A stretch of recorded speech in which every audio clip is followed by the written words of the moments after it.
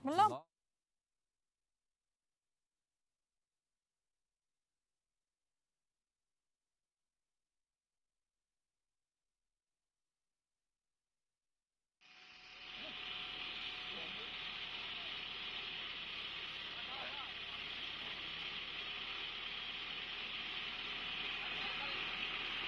Empat bangunan di Komplek Asrama TNI Ganting, Kecamatan Padang Timur, Kota Padang, Sumatera Barat habis terbakar.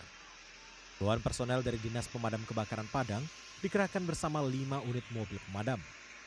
Saat kebakaran terjadi, arus listrik masih menyala dan menunggu pihak PLN untuk mematikan aliran. Api akhirnya berhasil dipadamkan dalam waktu 1 jam. Kendala kami mungkin di lapangan itu masalah listrik PLN. Jadi PLN lama diputus, jadi kami susah masuk ke dalam memutuskan. Kalau dugaan sementara mungkin korsleting listrik. Meski tak ada korban jiwa, namun kerugian materi diperkirakan mencapai 150 juta rupiah. Dari Padang, Sumatera Barat, Joabdi Nursyah, RTV.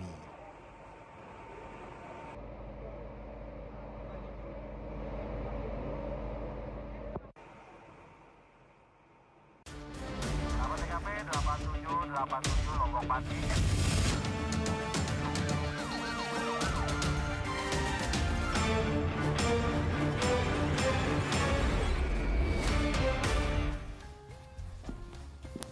Halo sahabat RTV, selamat malam. Berjumpa lagi dengan CSI, catatan seputar investigasi. Yaitu Afi, kita punya informasi apa saja hari ini?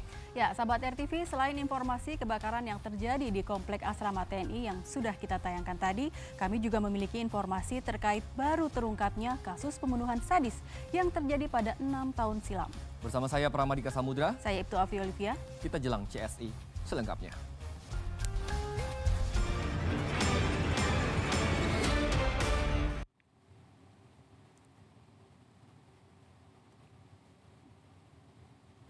Kita ke informasi pertama di CSI, sahabat. Seorang suami di Makassar, Sulawesi Selatan tega menganiaya istrinya hingga tewas. Parahnya, jasad istrinya itu kemudian ia kubur di dalam rumah dengan cara dicor semen. Ya, belakangan diketahui peristiwa pembunuhan sadis ini ternyata sudah terjadi 6 tahun silam.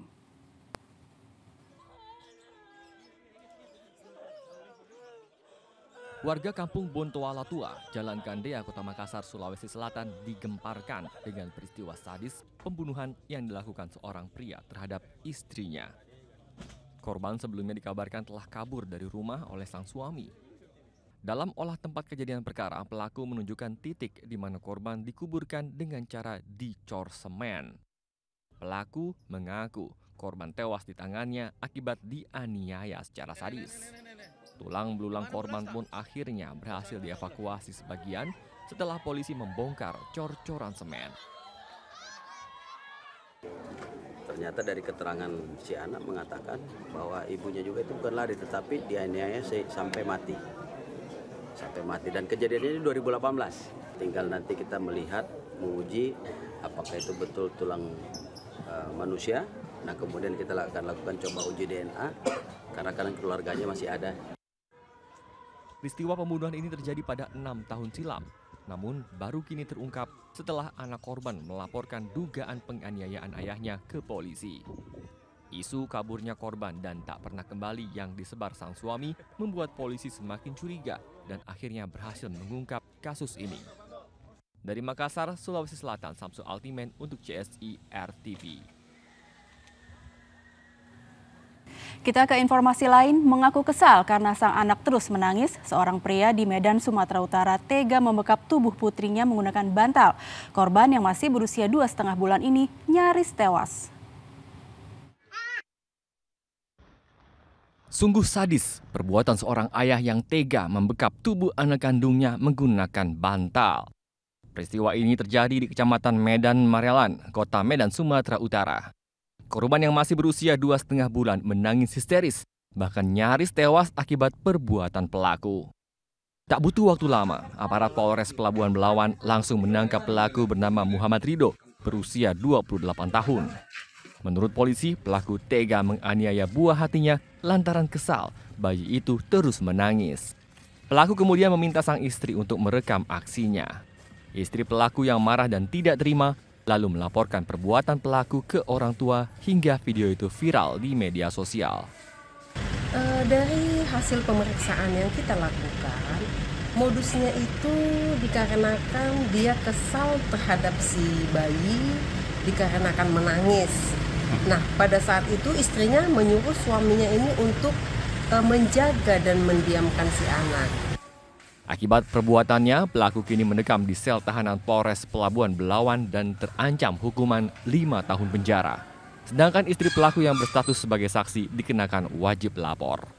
Dari Medan, Sumatera Utara, Wahyu Maulana untuk CSI RTV. Kita ke informasi selanjutnya, sahabat. Warga desa Sucolor, Bondowoso, Jawa Timur dikagetkan dengan ledakan petasan yang menghancurkan satu rumah warga. Sementara itu diduga akibat mengantuk, sopir pikap muatan buah duku menabrak mikrobus di Banyumas, Jawa Tengah. Selengkapnya kami sajikan rangkuman sejumlah berita dalam Kilas Balik Sepekan.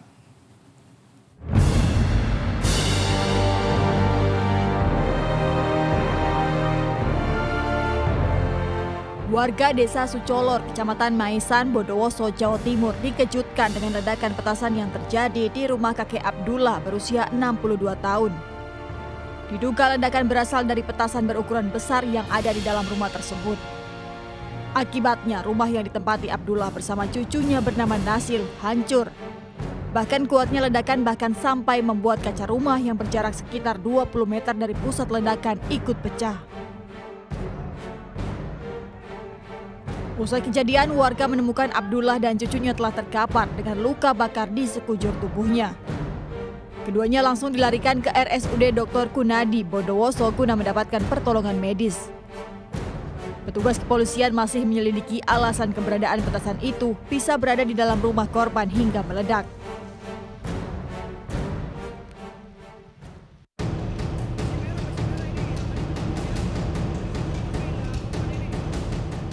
Mobil yang tengah melintas di Jalan Outer Ring Road, Kembangan, Jakarta Barat, ludes terbakar.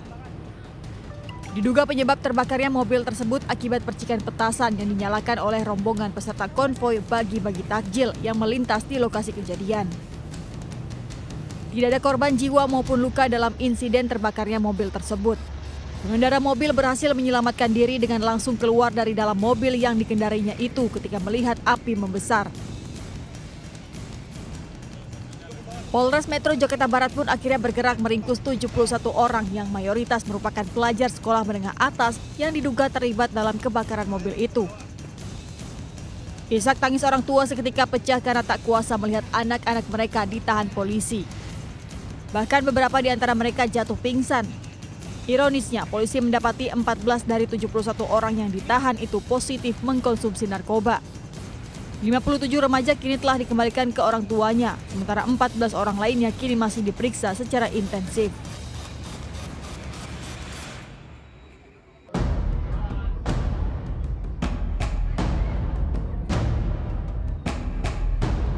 Nasib naas menimpa seorang ibu berinisial A di Cengkareng, Jakarta Barat. Ia tergeletak lemas tak berdaya setelah dihujani sabetan senjata tajam berupa pisau pemotong daging oleh anaknya sendiri. Dalam rekaman CCTV, anak korban berinisial H berkali-kali menebas kepala dan tangan ibunya bahkan ketika ibunya sudah jatuh tersungkur. Warga yang geram sempat menghakimi pelaku sebelum akhirnya bisa mengamankannya. Baik korban maupun anaknya kini tengah berada di rumah sakit untuk menjalani perawatan medis. Kini kasus tersebut ditangani Polsek Cengkareng.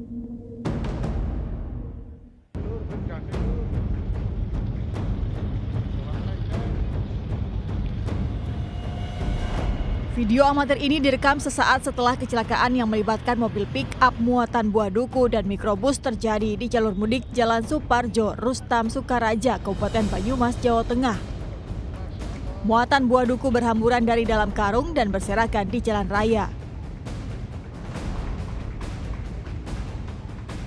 Pengemudi mobil pick-up dan kernetnya serta sopir mikrobus yang mengalami luka-luka langsung dievakuasi ke rumah sakit. Kecelakaan ini diduga terjadi karena sopir pickup mengantuk. Mobil pickup pun oleng dan menabrak mikrobus jurusan Purwokerto Kebumen yang melaju dari arah berlawanan.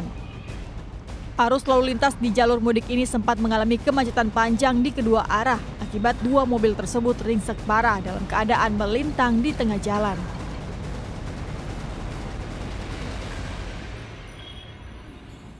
Ya, sahabat, berbagai jenis pelanggaran lalu lintas masih terus saja terjadi setiap harinya. CSI akan segera kembali dengan informasinya sesaat lagi.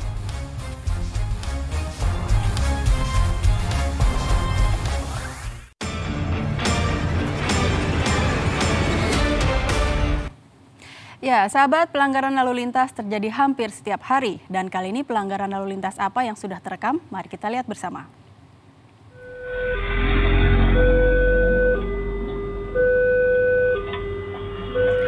Ya, ini sahabat RTV, sering sekali kita melihat ini ya, sengaja menerobos pintu palang kereta api padahal sudah turun dan sudah terdengar sirene alarm. Ini jangan sampai kita menjadi pelakunya, ini karena sangat berbahaya sekali. Jadi pada saat kita akan melewati jalur perlintasan kereta api, kalau sudah terdengar sirenenya jangan diterobos.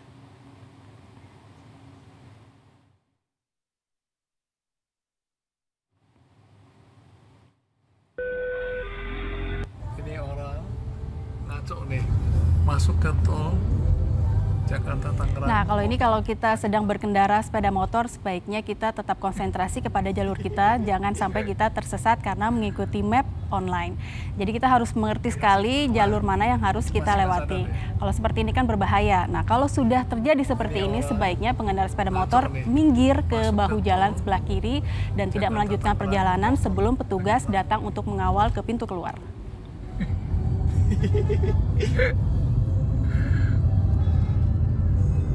Dia masih nggak sadar deh. Ini orang ngaco nih, masuk ke tol. Ya, diduga sopir mengantuk, satu mobil minibus menabrak 3 sepeda motor. Informasinya akan hadir dalam CSI sesaat lagi.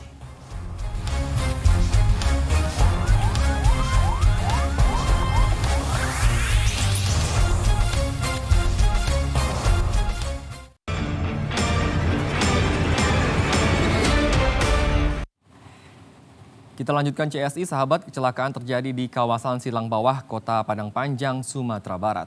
Ya, satu mobil minibus menabrak 3 sepeda motor. Diduga pengemudi minibus dalam kondisi mengantuk.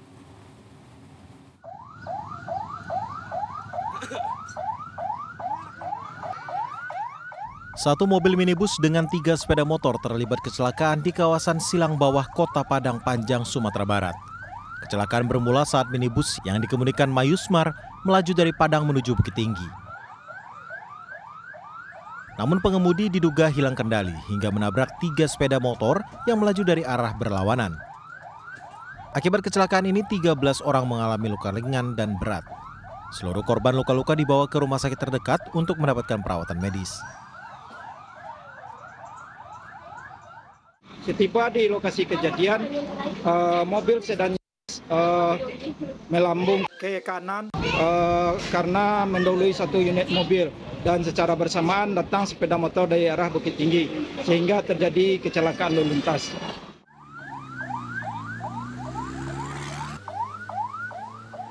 Mobil minibus dan 3 sepeda motor yang rusak kemudian dibawa ke Satlantas Polres Padang Panjang. Kasus kecelakaan ini pun masih dalam penyelidikan polisi. Dari Padang Panjang, Sumatera Barat, Joabdi Nursyah untuk CSI RTV.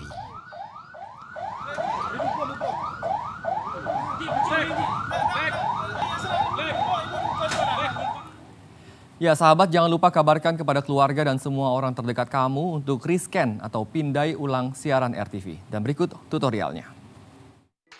Yuk, scan ulang siaran digital kamu. Caranya mudah. Hidupkan set-top box dengan remote-nya. Lalu nyalakan televisi kamu. Setelah itu di menu pengaturan, pilih sistem penerimaan siaran. Selanjutnya, masuk ke program tuning otomatis untuk mencari siaran digital. Dan tunggu sampai prosesnya selesai. Jika siaran digital belum ditemukan, coba ulangi langkah sebelumnya untuk proses scan ulang. Atau pilih manual scan dan masukkan kode UHF sesuai kota masing-masing. Ayo, scan ulang siaran digital kamu sekarang. Jika ada kendala siaran RTV, hubungi semua sosial media atau website RTV. Sahabat, kita tiba di penghujung acara, tapi jangan lupa untuk tetap saksikan catatan seputar investigasi setiap Senin hingga Jumat pukul 00 waktu Indonesia Barat. Akhir kata, saya Pramadika Samudra. Saya itu Afi Olivia. Ingat, tak ada kejahatan yang sempurna. Sampai jumpa.